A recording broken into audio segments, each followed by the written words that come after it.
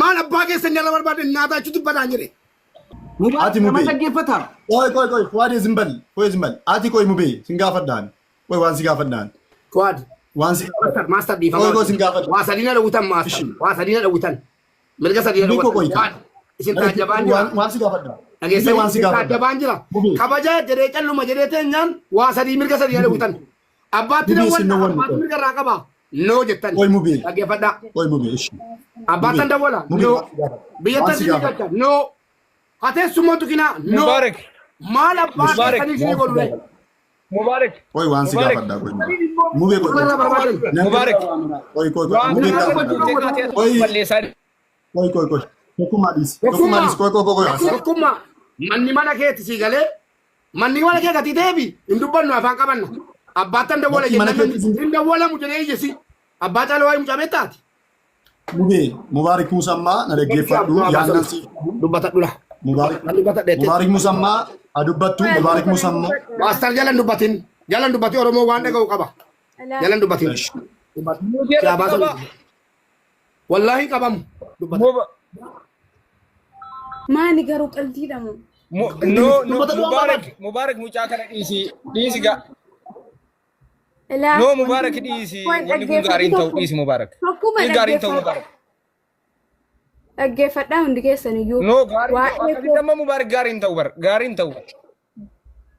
Tokkummaa rakkoo cimaa qaba wallahi. Laali si galas baqa. Tokkummaa akka rakkoo irraa qabdu argan. Saara kaideem. Bayi manamma kanaa. Kaideem. Galatoomi tokkummaa. Asee akka barbaadde andeemera kabajanaa kenteef galatoomi.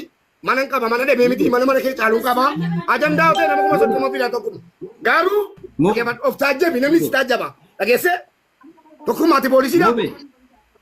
Tokko si kabajnees tol geenye miti kabaja sana ofirratti wallaalti. Si miti tokkummaa. Abbaan barbaade waamuu hin danda'u. Halkanii guyyaa geerarta. Atis ta'e fakkaatonni halkanii guyyaa geerartu malee abbaan barbaade mana isaatti dawwaamu. Ati garuu kabaja ansii kenne ofirratti wallaalti. Dhageesse kabaja sii kenne ofirratti wallaalti. Abbaatan dawwala inni waliin mucaan haasaatu lakki. Ishii siniin galcha biyya lakki. Maal abbaa keessa inni irra barbaade nyaatachuutu badaa. Maal abbaa keessa inni irra barbaade nyaatachuutu badaa jedhe. Ana jedhe waraabadhu. Waa tokko gochuus hin dandeessanu isinii obseera mucaa amma Fuwaad sin jaalladhe sin kabaja. Duri gaamne orbeenne kottu mucaan harkaa bu'u.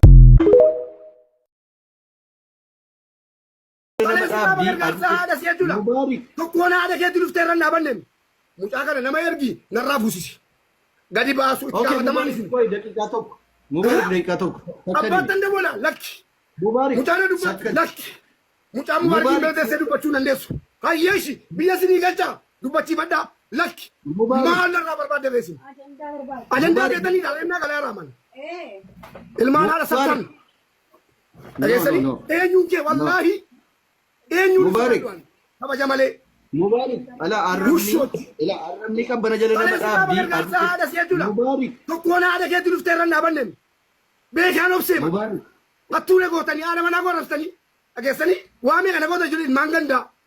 Ganda tokkotti dhalannee namni ganda ofii nama jabeessa. Isin na cabsuudhaaf kaatan tokkummaa keessa jirtaatis. Fudduun harkaa hin jirtu abbaa. Eenyuun ni baase? Okay, beekaan akkanatti dubbata.